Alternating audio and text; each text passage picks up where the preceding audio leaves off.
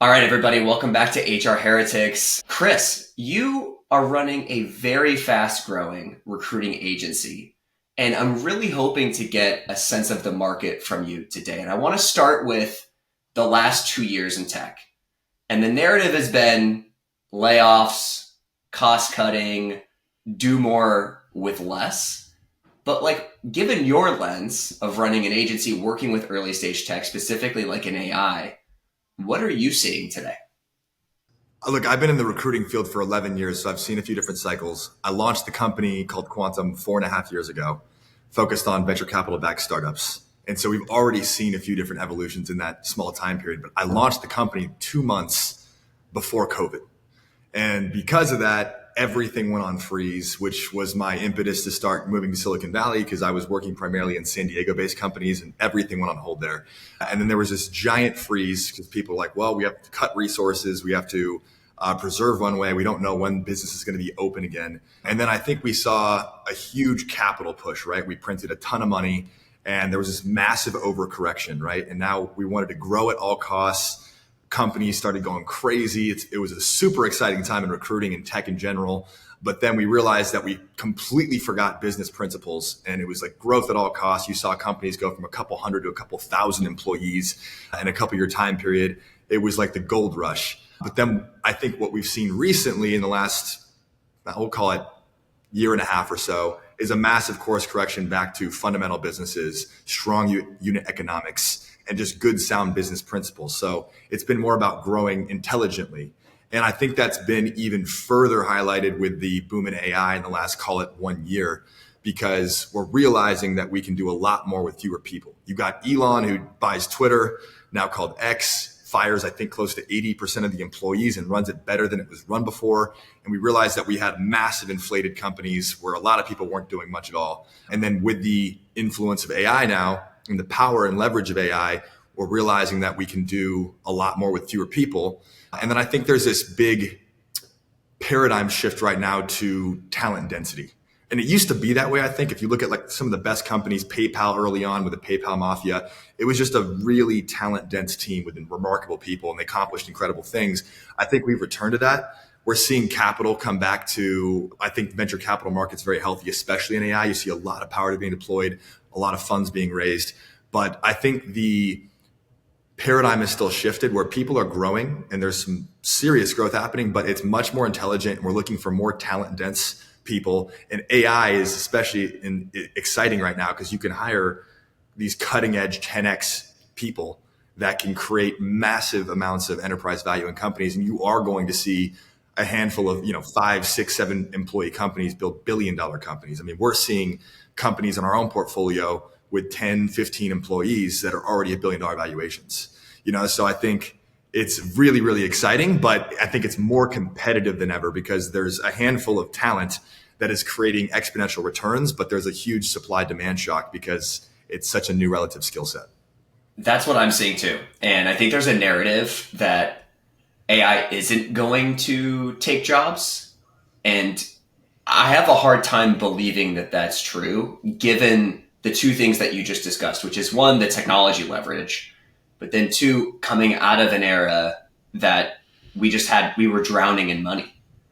And so I think the combination of, it might just be the technology aspect, but it's both of these things coming together at once. You just said it's very competitive. What's your take on that? I would agree. I think, look, I've seen different cycles and there's all these different industries that have their heyday, right? Crypto about 3 years ago was insane. I think we'll return there. AI obviously is the hot thing right now. I think AI definitely will take jobs. You can always position it like it's not AI that's going to replace humans. It's going to assist humans in a lot of ways and just make humans more efficient. So in some ways, it's just going to make us better at our jobs and help us be more productive and spend more time in our areas of genius. And it's going to help people in that way. But you can't look at it from a myopic view. It's certainly going to replace jobs. I'm working with dozens of companies that are disrupting verticals, whether it's insurance or healthcare or the legal system. If you look at Harvey AI, I mean, they're going to make 80% or more of associates at legal firms irrelevant in the next decade, right? Or less. And so you have customer service, a lot of lower level, and I don't mean that in a demeaning way. I just mean like it doesn't require exceptional skills or exceptional emotional intelligence. Those jobs will for sure get displaced. It's almost like the non-exempt criteria, Chris, like repetitive, exactly. not a lot of Think about it this way. judgment. Uber launched when? It was 2012, around that area, right? And completely disrupted the taxi game, right? But now look, we're going to have self-driving cars disrupting Uber, right? We're having a whole nother paradigm shift. I mean, we don't even need drivers soon. It's pretty wild. And so if you look at all these different industries, there's a ton of redundant work being done, and there's a lot of expensive payroll for people that make a lot of very common errors, don't work that hard, and you got to pay up a lot of money for them, and AI is just going to do the jobs better. So like, I think it's both cases. I think you got to look at it through an optimistic lens and say, hey, how do I leverage AI to become more valuable and to 10x my productivity and effectiveness? But you've got to be realistic. It's for sure going to displace a lot of people. Yeah, and AI is fairly new, right? I think we're a couple years into the whole thing, and it's the new wave, right? Everyone's talking about it and blah, blah, blah. So kind of a spicy question, Chris, like what are people kind of faking it till they making it around? Do you know what I mean? Like what have we not figured out? Are you seeing companies try stuff or unsure? Like what are companies or founders or teams still insecure about AI? Because I feel like everyone's like, we figured it out, it's AI, and we're still pretty early. So I just would love to know from the underbelly if you're seeing any like turbulence or speed bumps or things where people aren't really sure what's going on. Because I wonder about that, real talk. There's a lot of ways to answer that. I think just like when crypto came out, everyone's like, well, we got to be on the blockchain. It's like, no, you don't. Like, I don't know what a blockchain is, but we got to be on right? But everyone has to think about AI strategy. Even we're thinking about that as a high-end, like service-based firm where you wouldn't necessarily think of it. But AI strategy is, I think, important for everyone. But I think there's a lot of bullshit cases in AI, right? There's a lot of AI where I'm like, that's a basic automation script. I'm like, that's not AI. It's not self-learning. So I think companies are scrambling to figure out how they fit into this picture, right? How do they use AI to disrupt? Because they know if they don't figure it out, someone else is going to figure it out.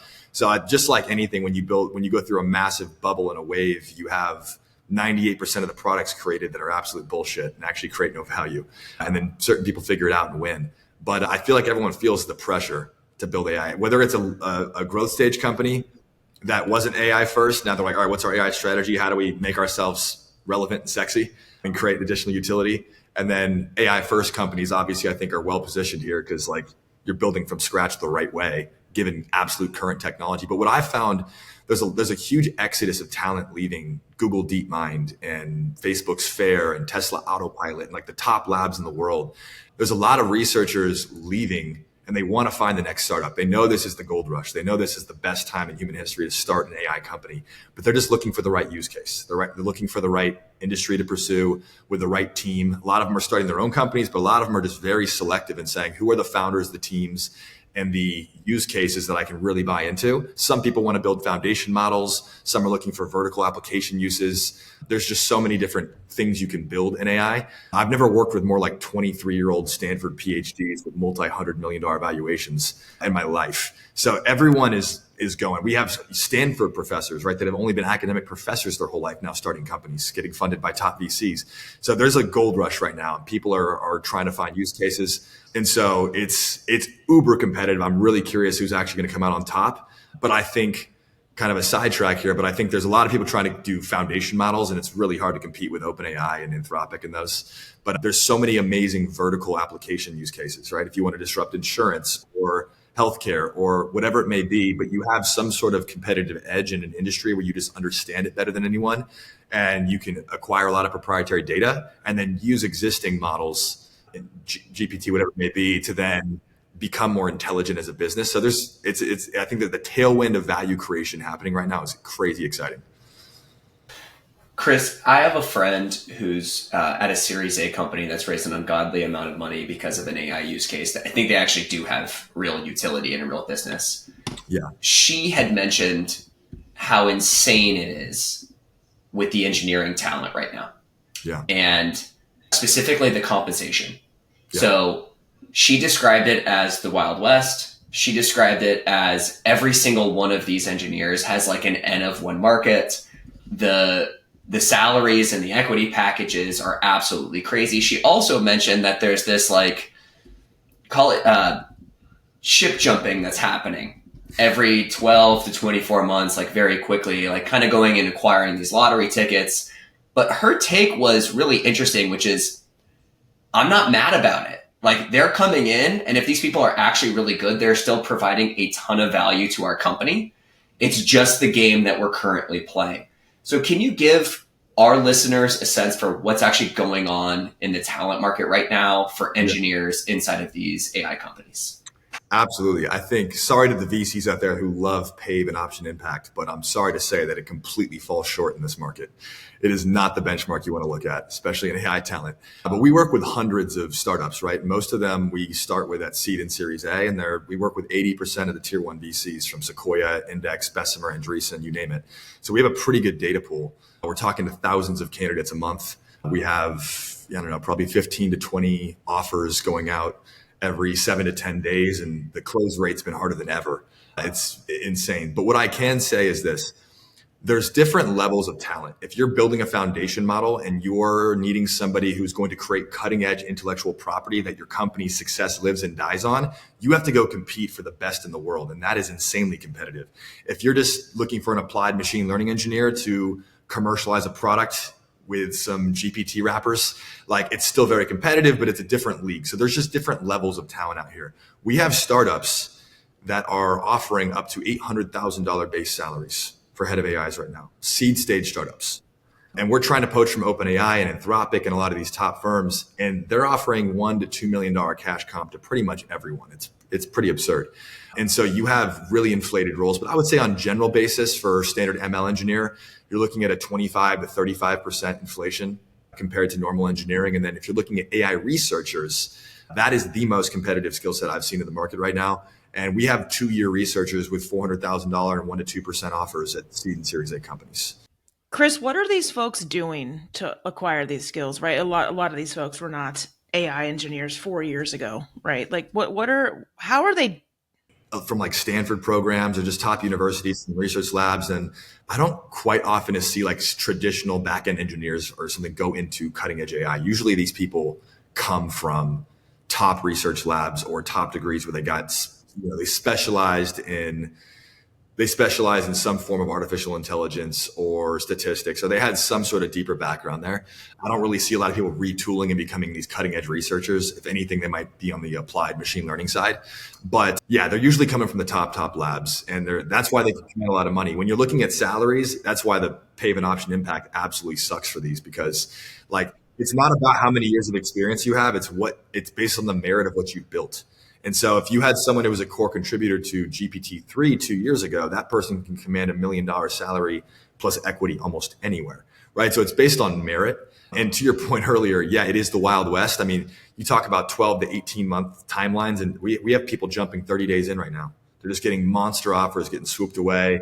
We just lost a few people to Elon's company, XAI. We just lost a couple guys that just accepted head of AI roles to other companies. It is absolutely ridiculous. And so what I advise founders to do is I'm like, come in hot, show people you care, give them the equity and the comp they deserve. Otherwise, you might feel like you just got a big win, but they're gone in 2 months because someone else came and poached them. And then also just make sure they're truly bought into your mission. It's tougher to do that when you're in AI though, because a lot of the AI companies aren't necessarily mission driven. They're like, all right, we're building a vector database, or like, oh, we're building an AI agent for salespeople. And it's like, it's cool, but it's like, I don't know if it's going to pull at your heartstrings enough. Like if I get a better offer from Anthropic, it's like, well, shit, what do I do? But yeah, it's the most competitive market I've seen, and everyone talks about that, but it genuinely is. Like our hit rates are probably 20 to 30% offer acceptances. They've got 10 to 15 offers from the top companies. And so we've had to adjust our fee structure to allocate bandwidth because these research roles are just really, really hard. You said something I just want to pull on real quick, like, and I'm sure it's not black and white, obviously, but like I listen to all these podcasts, Mark Andreessen, et cetera, talking about AI and how it's going to be great for the world, right? Like you mentioned, not really mission driven, maybe because we're early on in the journey, but that's kind of the plight that at least I've heard why AI is so great, is to make the world better. Yeah.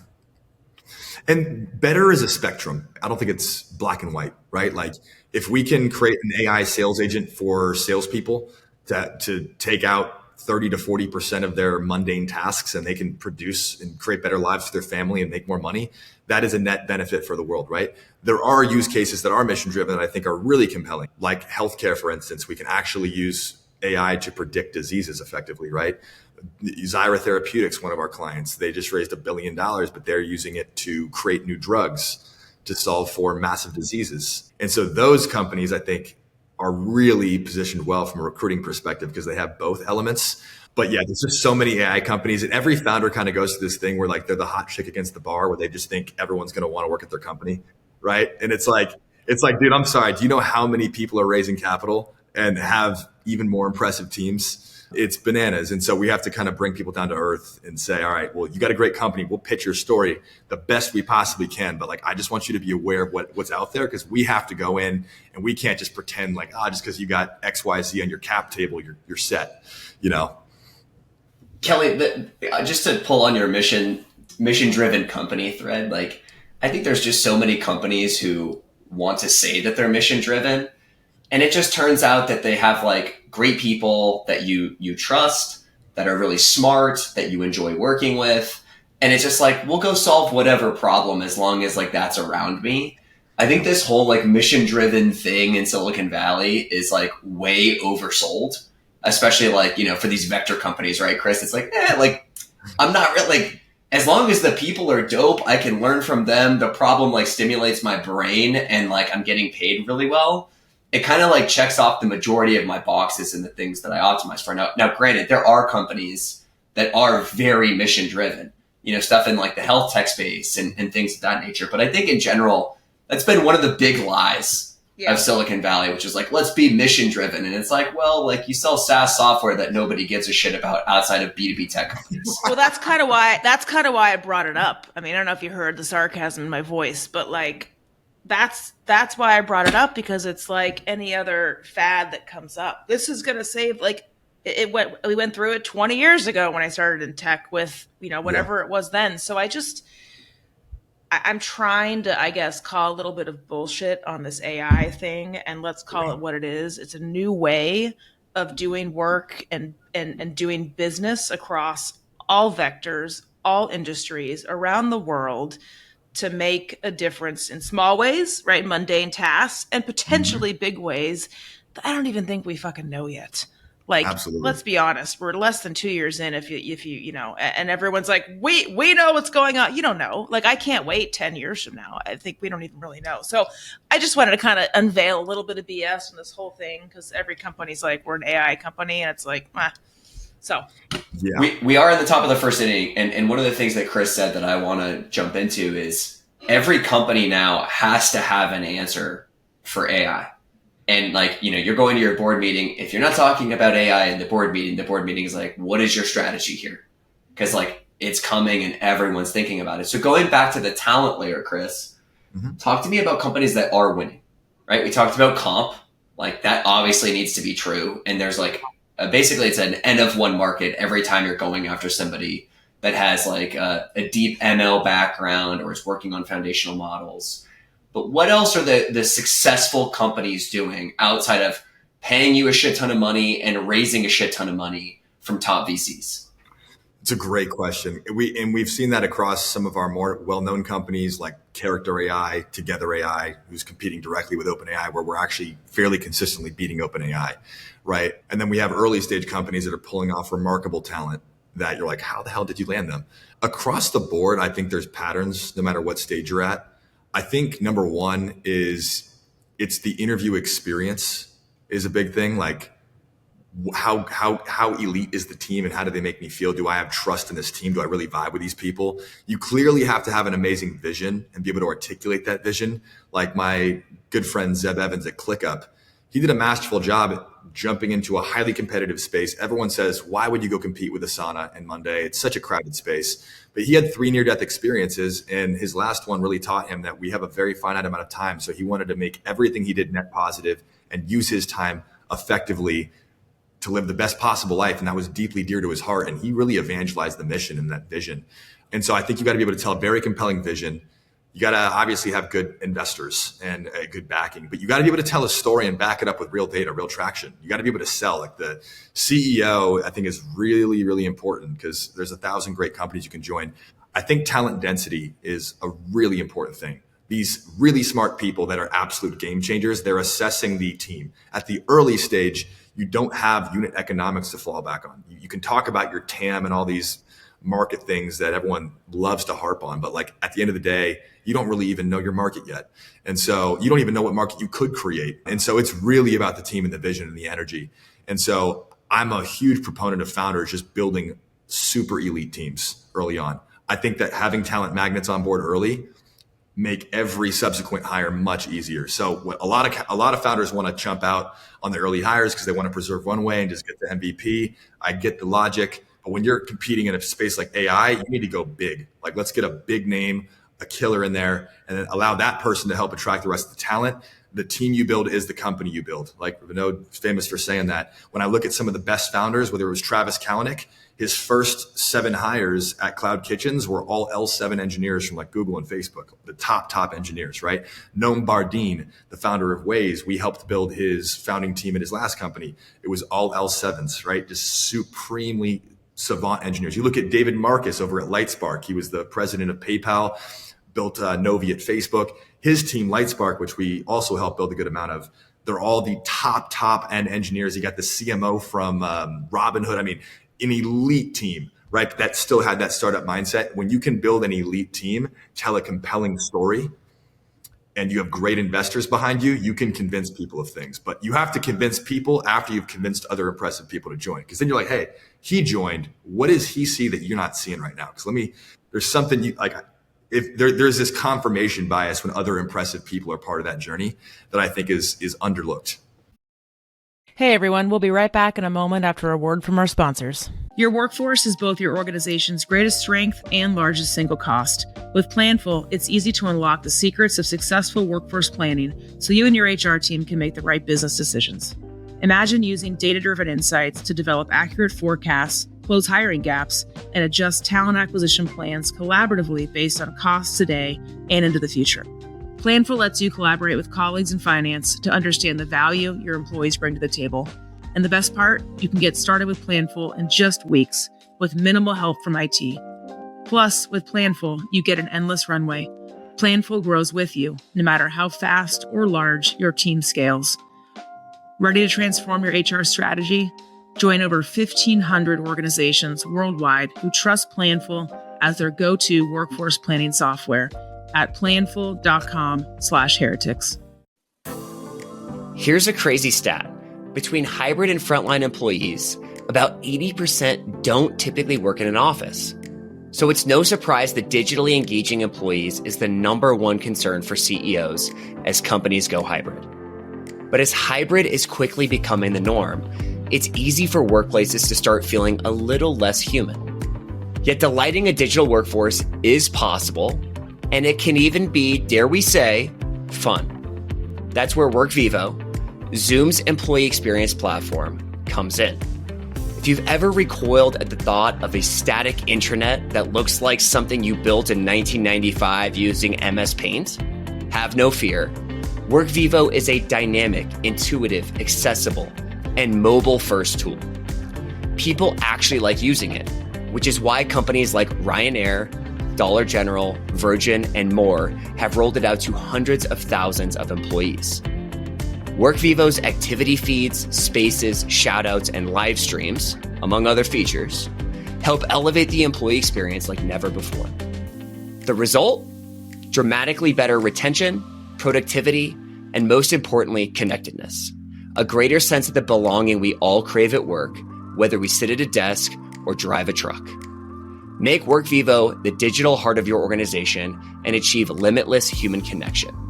Head to workvivo.com to book a demo and make sure you tell them that Nolan and Kelli from HR Heretics sent you.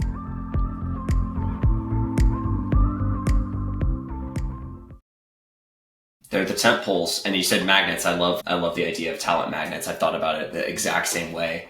And it's really the only way as an early stage company that you can compete is like, ideas are cheap.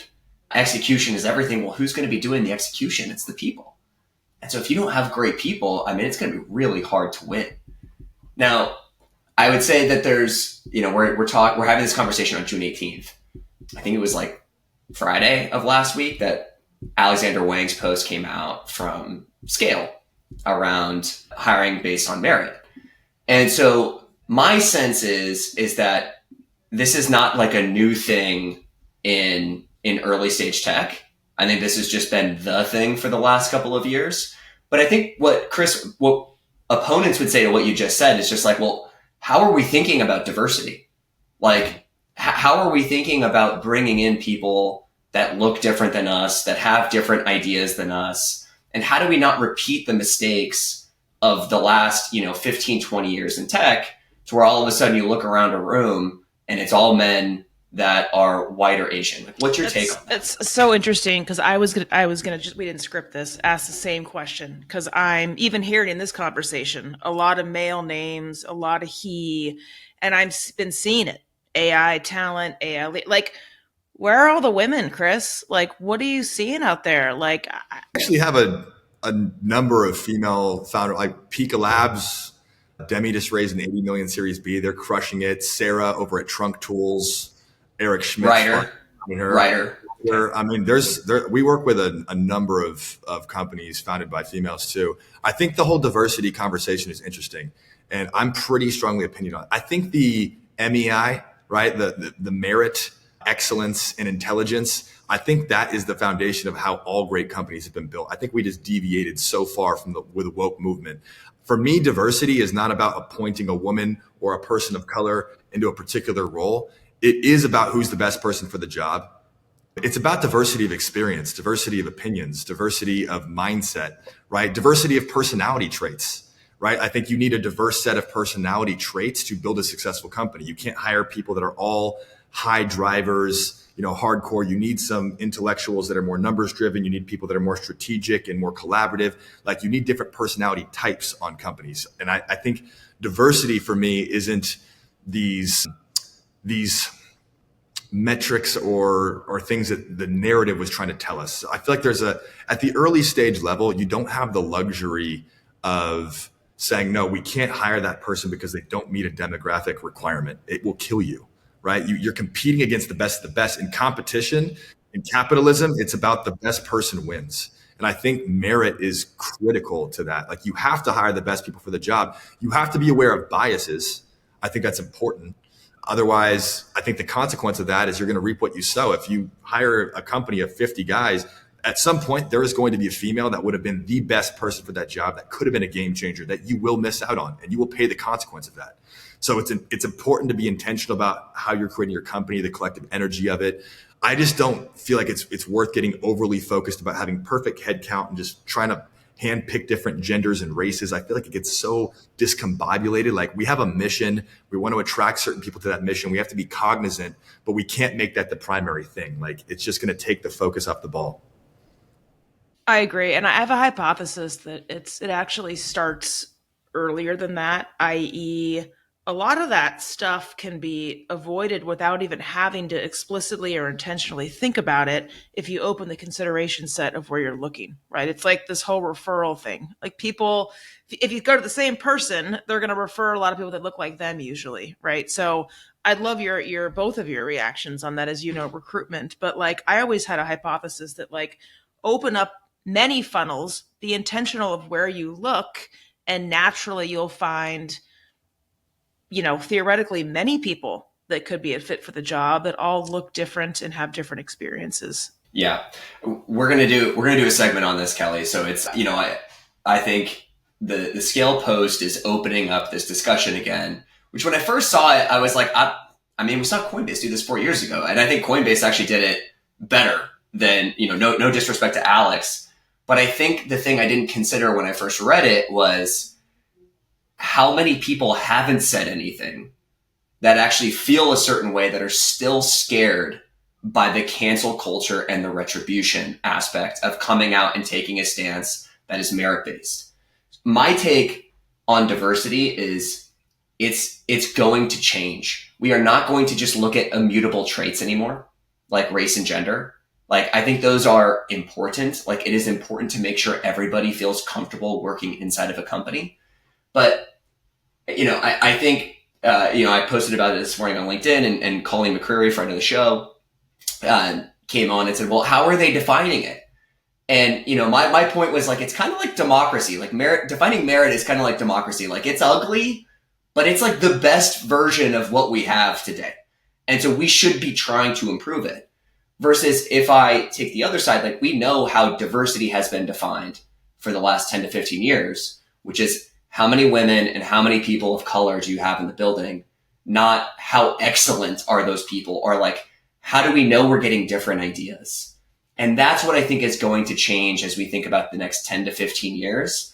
But it's in this tumultuous, zone right now, kind of like our politics and our democracy, to where I don't know how it's going to get on the other side, but I see a better utopia in the future than what we have just exited in the past. Yeah, I think we're course correcting. Like, and whenever we print too much money, we see a massive drought in the economy after, right? Whenever we go way too far left and it gets out of hand, you're going to see a massive course correction. So much so that you're having major investors in Silicon Valley now come out with their support for Trump, doing Trump fundraisers, right? You have people that would be crucified for saying they're Republican or voting for Republican now doing so. Now you have people like Alex, where it's big news when he talks about building a company on principles that have been used for generations that only recently were deteriorated because we had to completely change the way we spoke about things to pander to certain people. Like, I think you got to be kind of hardcore to build companies. And I think that if we want to maintain our position as a world superpower, I mean, empires usually last about 250 years. We're in year 248. I think if we're going to thrive as an American country and stay at the top of our game, we have to prioritize innovation and being at the top of the economic curve and encourage people to build and celebrate the hardcore builders, not constantly talk about mental health and work-life balance and diversity. I understand there's importance there, but I think we went way overboard and we forgot what made America great and what continues to do it. It's hard work. It's people with big dreams. It's people that have insane perseverance. And those people just don't want to deal with bullshit. They want to build great things for the world. Yeah, but like, can't all those things be true? Like, I don't want to, but like, I feel like there's a lot of ways to get to the right answer. And I think we all fucked it up, whether it's mental health or diversity. And we got to a terrible place. And then we maybe swung the pendulum, over rotated, put in unnatural rules and acts to fix it. Yeah. But if we would have done the right shit early and often and consistent, it's like working out. It's like, do you eat your vegetables and work out every day for 2 years? Or do you fuck it up and go get whatever it is now? What is it called? Wegovy, the pills, the Ozempic. Ozempic. Yeah. So like, I just feel like it's still the right answer, you guys. It's just, we just tried to take a shortcut path that didn't feel good, that was a little bit unnatural. I still think it's the right answer, but let's do it in better ways to get there is my take. I agree. Exercise and how. The how is, just like. But I just said that. I just said the how was not working. No, but I'm agreeing with you. What I'm saying, Kelly, is like, I think it's really easy for people to poke holes into the merit, excellence, intelligence post and say, well, where's the rubric? And, look, like, I don't like to take straw man arguments, but this is a perfect example of like, well, how do we do DEI? Like, I haven't seen it done well. And there has been billions of dollars invested into that idea for the last 10 years. And we've come out into this world to where it's like, well, we don't like merit anymore. That's kind of where the whole thing landed. And again, I don't want to take a straw man. And I think most people do not feel that way. But that has what has happened at the broad sense. Do you see what happens now, Chris? Do you see what this is all about? Yeah, these are controversial things and they're real. But was it Google or Facebook where one of the head of DEI was embezzling money from the company? That was Facebook. Yeah. That was Facebook. And it's just like so many prominent VCs and founders like, hey, if you want to run a better company and produce better results, just fire your DEI committee immediately. And so I think the way it was done wasn't right. I think the premise of it makes sense. But obviously, I think it just got infested with this woke virus, to be very blunt. But to your point, I think we can be more mindful and more attentive to it. Nuanced. Like it's going to require more nuance. Like startups are hardcore, and it is a war. And so like, I think it's not for everyone. I think as companies get bigger, you want to make everybody happy. And I totally understand the draw towards that. But I think bottom line, you have to be a savage to win as a startup. So you got to focus on winning and doing it with your team. And, that's my just core thesis is like the more time founders spend on that stuff, the more distracted they are. And like, I just think you got to go build a great product. And that's why Brian Armstrong and many other founders, like no politics at work, none of this, like we've got a mission and we don't want distractions. And I think that's what we've seen a lot of distractions, and we got to get back to building, because I'm more concerned with the fate of America, right? Like I don't want to be overtaken by China and all these competitors because we're slowing down innovation. We're softening as a culture. We do need hard people that can solve hard problems and have grit and perseverance to stay on top. Hey everyone, we'll be right back in a moment after a word from our sponsors. Real talk, most talent leaders haven't yet cracked how to leverage AI for meaningful impact on their hiring processes and business goals. But the leaders who are effectively using AI to transform their recruiting team's efficiency and quality use Metaview. Metaview is the AI assistant for the interview process. Their AI records and transcribes hiring conversations, like intakes, interviews, and debriefs, then provides perfectly summarized notes of everything that was discussed. That means your people can focus on creating human connections with candidates during calls and save time on the busy work of cleaning up notes after every interview. But it's so much more than just a time saver, because perfect notes means perfect data. For every candidate and every pipeline, hiring teams can make confident, informed decisions, and talent leaders can finally take control of the interview process. Join forward-thinking talent leaders at high-performing organizations like Brex, HelloFresh, and Quora, and check out Metaview. Head over to metaview.ai/heretics to talk to one of Metaview's product experts, or get started for free. You'll be up, running, and AI-enabled in minutes. This episode is brought to you by Warp. If you're a founder with employees in multiple states, you know managing state tax compliance is complicated. Warp not only automates state tax compliance, but also offers a user-friendly experience tailored to the needs of startups with a robust in-house team of experts. Warp ensures your startup remains compliant across all 50 states, giving you the peace of mind you need to focus on scaling your business. They also make it easy for startups to provide health benefits for employees, hire international contractors, and even claim R&D tax credits. Hundreds of startups trust Warp to handle their payroll and compliance needs. You can go from zero to payroll live in just 2 days. Don't let payroll and compliance hold your startup back. Visit joinwarp.com/peel or tap the link in the description. Get started and receive a $1,000 gift card when you run your very first payroll. That's joinwarp.com/peel. I think the last thing I'll say on this, and we'll transition topics, but this conversation is important. And I know a lot of our listeners may not be used to having and hearing this type of conversation. And it's one perspective. And we'll bring on many different sorts of perspectives. But the thing that, as I think about on June 18, 2024, that gives me a lot of optimism is we're now allowed to have the conversation.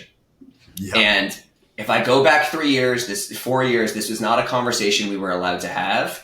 And so whether or not you agree or you disagree, it's okay. It's just be open to hearing what other people have to say that don't agree with you. And I think if we did that as a culture and we leaned into that, especially in tech, that is where magic and diversity comes from, is when people who you don't agree with, you can listen to, you can find common ground with, and you can keep moving forward with as a community. And that's what I get really excited about. That's where my optimism lies. So I will jump off my soapbox. Because guess what? Like, people have always disagreed. Forever. Like, people have always disagreed, and they always will. So, like, you can't just work or hang out with the people that you only like or you only agree with. I mean, you can, but it's just not, it's not realistic, especially in business, you know? I mean, Nolan and I don't always like each other or agree, and that's not the point. We do like each other. We don't always agree, but we do like each other. Yes, is what I'll say. Unless there's something you're not telling me, and then I'm a little insecure. No. Look, if we're going to move past our differences, we have to be unified by stronger values than those differences, right? And so if you're in a company that core value could be excellence. Like, we're here to do the best work and create a product or a service that really changes the world. And you care more about that than arguing over your political differences, right? If you're in relationships, it's like there's deeper bonds than there are differences. You have to make the bonds stronger than the walls, right? So we're going to have things we disagree on, but as long as we keep the fabric of those relationships and what's important at the forefront, all that stuff doesn't matter. Totally. Can I pivot to a question, or are we still? Yeah, please. Okay. Please. I think I'm almost sweating after that, but like, that was great. We'll fire it up.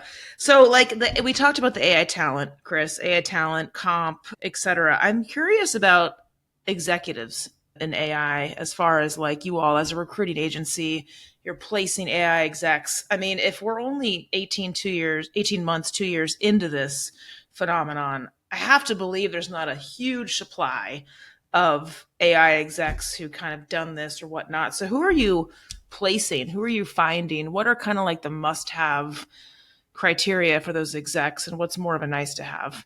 So AI is pretty broad, right? There's so many use cases. You have companies that are building like search and recommendation products, right? And so you pull those folks. You have people that are building like text to voice and voice to text and text to video, right? Looking for multimodal people. You have core models, right? Looking for transformer diffusion experience. There's so many different subsets of AI, right? And there's different levels of scarcity depending on which roles there are. Some of these video companies that are doing animations, they want NERF researchers, and it feels like there's only a couple hundred of these people that exist in the world.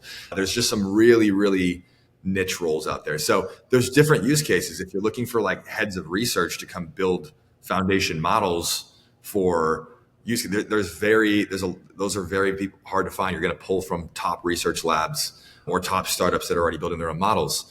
If you're looking for more of the applied side, right, where it's like, hey, we're not trying to do anything new from a research perspective. The existing technology works, but we want to build an application around this using LLMs to commercialize a new product, right? It's pretty rare to find people that have already built successful commercial LLM products, right? So you have a small subset of companies that you can poach from. Some of the bigger companies had already applied that and commercialized products, but there's a lot of startups being launched, like the Harveys of the world, or the Jaspers, or the Writers, whatever it may be. And so you kind of just got to do your homework and figure out who's actually successfully launched LLM-based applications. So it really, really varies. But in general, we're poaching out of top labs. We're poaching out of top startups, both on the applied and the research side. And then I think the interesting thing too, executive AI search is very different than traditional exec search. And the reason I say that is if you look at a CTO at a series B or C company, they want someone who can scale an organization to 50 to 200 engineers over a certain time period, hit 100, 200 million ARR. You're looking for a smart technologist and business strategist, but you're looking for someone who's really good at managing people and process and orgs. With AI, you just don't need a big team. And so a lot of our executive searches, these people that are getting chief AI officer titles and massive comps, much higher than any CTO we place, they're managing 5 to 15 person teams. And so they don't really need the executive level operations and scale that traditional execs need. But they have to be the smartest person in the room and bring a lot of credibility, right? So they're more merit-based. Technical excellence. Yeah, technical, intellectual excellence. So the smartest leaders that have the most pull and pedigree to them, that are smart and can just rally small teams, that's more what the exec look like. So it's kind of a hybrid between an individual contributor and an executive level search, because you're poaching researchers for head of AI jobs that have maybe never even managed before, because they have the network and they know what they're doing and they have the strategy. And so there's a bit difference in those exec profiles. Interesting. I want to talk about the candidate side. So, you have this really interesting purview into candidates on one side, as you mentioned earlier, who have like 15 to 20 offers. And obviously there's like a technical aspect there, and there's a supply and demand problem. Then on the other side, I'm sure you have candidates who aren't getting offers. And the thing I want to hear from you, Chris, is like, what advice do you give to candidates to help them become more marketable? And, specifically given the aperture that you have, what are the best people doing that we can all learn from? That's a very interesting question. It's very interesting. It's hard to give non-general advice there, because you kind of have to coach on the court versus like give blanket advice of like, hey, just be better at coding. But I think communication actually is a big thing. I think a lot of, especially, dude, we're doing a head of AI search right now, and 80% of the pipeline got cut out based on communication alone. And so I can't help someone be a better programmer. They're going to have to figure that out themselves. But communication is critical, especially when you're tasked with owning a big project or a big product. You have to be excellent at communicating. And so I would advise those candidates to actually spend time articulating what it is they want, what it is they're good at, understand, hey, what are the products and systems you've built to date, and actually be able to speak to those in depth and listen to questions and actually give responses that are appropriate for that question. You got some people that ramble for 5 minutes when they're asked a 10-second question. So have like practice emotional intelligence. Say, what is this person asking? Can I answer this quickly and succinctly? Because you don't have time to ramble on these things. A lot of it is just around communication, is know how to tell your story, come in with passion, do your research on the companies you're interviewing for, and actually come with thoughtful questions so it shows that you're engaged. Know your own career history and what you've done so you can speak to your accomplishments in depth. Make sure your code's good. But at the end of the day, it's communication. And it's, if you haven't thought about certain questions that are fairly obvious, it might take you 10 minutes to answer them. But if you thought about it and you know you're going to be asked about systems architecture, or you know you're going to be asked about what model you built, you should understand the bullet points in advance so you can rattle off and sound like a genius. I think a lot of it comes down to communication. Yeah. So you disqualified 80% of a pipeline because they fell short on communicating well with other humans. Absolutely. That's very interesting. It makes total sense to me, right, Kelli? Like, we want to talk about soft skills, and that's actually, I hear it. I'll just give you a little bit slight of a nuance on that, Chris, which is in the two ways that I think about communication, which is one verbal and the other written. And there's obviously this verbal aspect of like, how are we interacting when you're on the spot and like feeling like a little hot during an interview? But then there's this other aspect after you've had time to reflect. And this is the biggest piece of advice I give friends, is if you go into an interview and you have a conversation with somebody, and if it went well or it didn't go well, it doesn't matter. What you do after matters. And like, I see people who are like, oh my God, I blew an interview. And I'm like, great. What'd you send in your follow-up email? I didn't send a follow-up email. I'm like, well, that's a missed opportunity. And so I totally agree with you. And I think like, this is going back to the earlier conversation of like, oh, AI is taking over and fewer people are having jobs.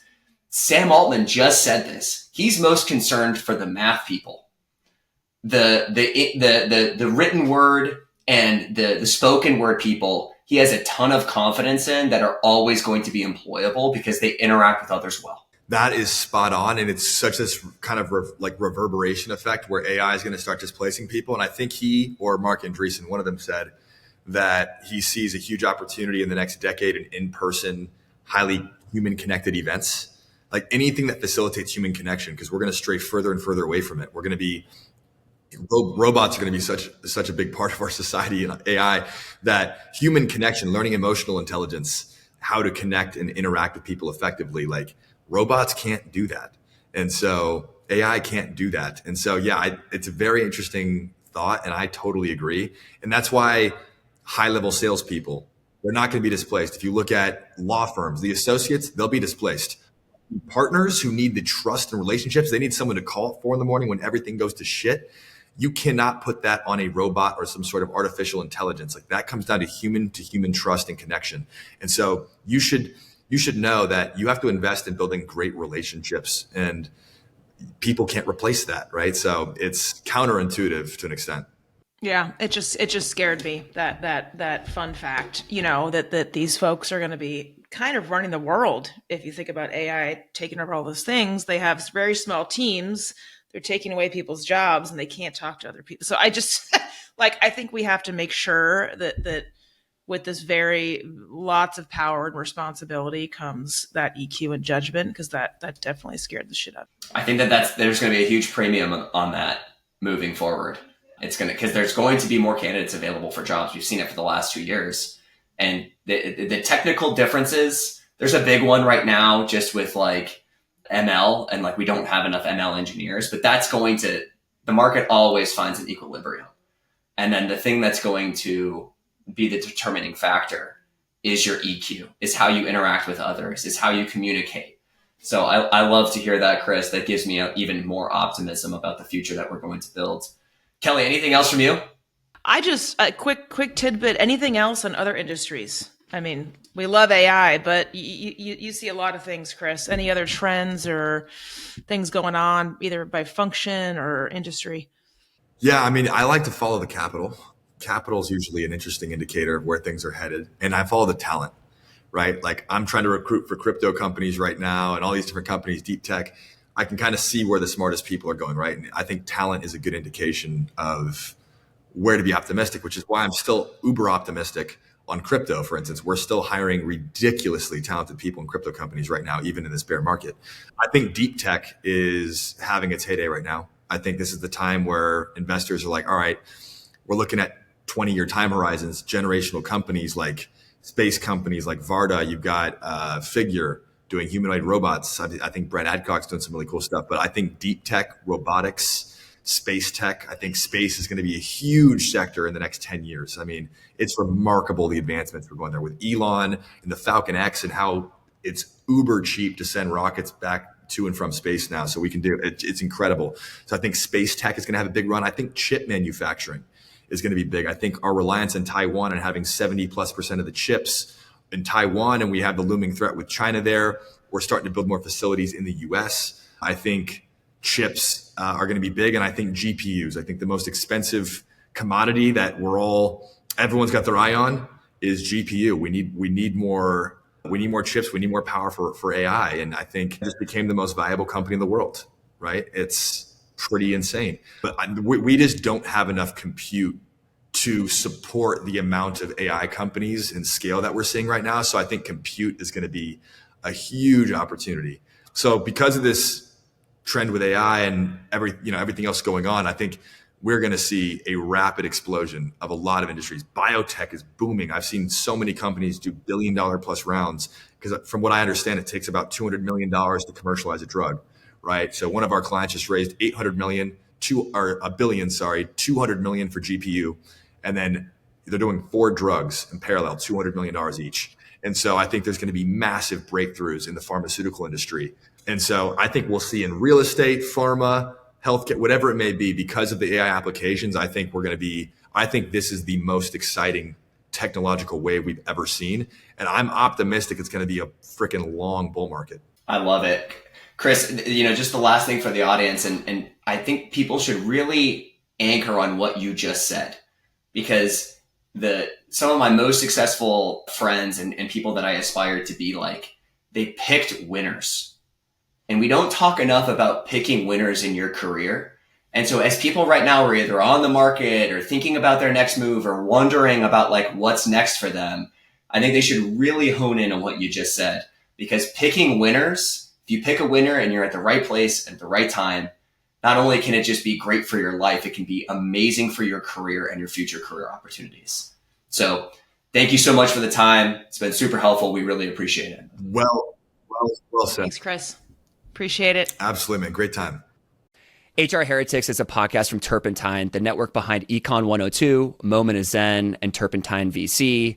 Subscribe, 5 stars, share it on Apple, YouTube, Spotify, anywhere you get your podcasts, all the things.